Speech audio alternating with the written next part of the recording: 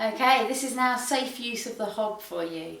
For certain practicals, for example flapjacks, you're going to be asked to use the hob, and we need to make sure that we know how to use this safely and that we know the briefing on what to do, how to use this.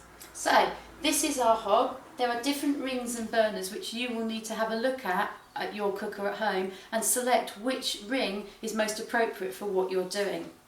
Now once these go on, these burners get very, very hot. I'm working with gas, however you might have an electric hob. Electric hobs take a little bit longer for the heat to come through, but gas hobs, because they have a flame, are almost instant heat. And so we know that we need to be very careful when there's any heat that's been turned on the hob. The hobs also, even once they've been turned off, stay hot for a very, very long time.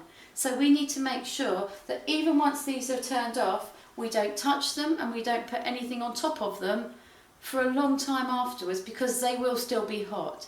So please be aware, the hobs, once they're turned on, are obviously hot, but even once they're turned off, stay hot for a long time. Now you're going to, hopefully from doing your cooker investigation, have identified which dials control which of the hobs.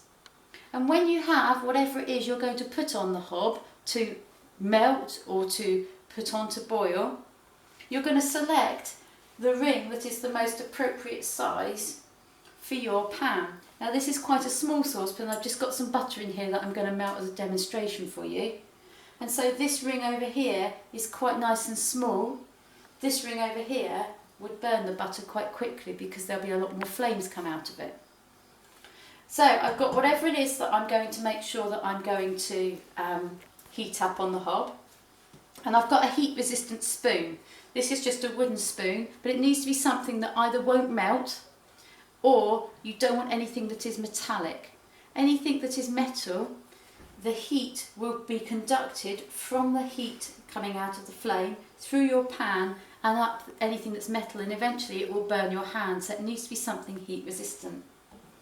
The other thing that you're going to need is some sort of heat resistant mat or some sort of cooling rack, so that you can safely, when this is finished, turn the heat off and place it somewhere that it will not burn your worktop and mark your worktop. So please make sure before you put anything on the hob, you've got somewhere safe that your parents or carers are happy for you to put your saucepan onto. Now, I'm going to ask you at this stage to check with your parents or carers to make sure that they are with you for this and that they maybe help you to light your hob. If you're working with something like flapjacks, you will want your flame on quite a low heat. Now when you light the gas, it takes a few clicks for it to stay alight, and I need to keep pressing it down, but your parents will be able to show you that. So mine still hasn't lit. My blue flame is now staying alight, and I can turn this heat down. For melting for flapjacks, you want your gas flame on a low heat. If you are working with electric, you probably want it on a medium heat. Check with your parents or carers on this. Now I'm going to take my heat-proof spoon and I'm going to ask you to have a little look into this pan. And I'm going to hold on to the handle with one hand and stir with the spoon with my other hand. The hand that's holding the spoon is the hand that I would write with. And I'm very carefully stirring, because things, when they go into the saucepan and the heat is applied, get very hot. And if we are careless how we stir this, it will spatter and could burn ourselves. If we notice that things are starting to go too fast, for example, the butter is bubbling and boiling, we can always lower the heat down. If we find that it's not doing anything and it's an electric hob, just be patient, it might take a bit longer. I'm just going to melt this gently, and this is the process you'll be taking with your flapjacks when you melt the butter, the sugar and the golden syrup together. Now, if I was doing something which required me to boil foods, I would need to get this bubbling, which I'm not going to, this isn't correct for butter, but I would then leave this pan.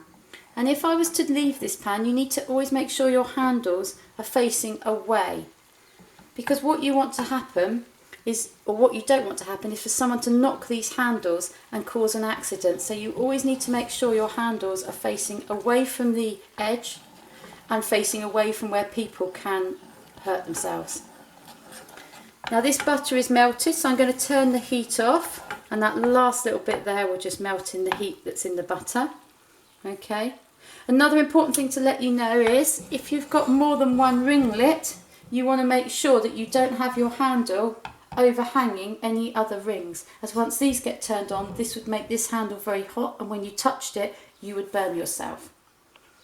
This is finished. I want to take it off the heat because there'll still be some residual heat left in the hob. It then goes safely and carefully onto either my cooling rack or my heat-proof mat. Hopefully this gives you some hints and tips as to how to use the hob safely. Like I say, for flapjack, on a gas hob use a small flame. On an electric hob then you need to use a sort of medium heat for that. But please be aware that this is now very hot on this hob, and that you mustn't touch it, and that you mustn't put anything on it now. Okay, thank you very much.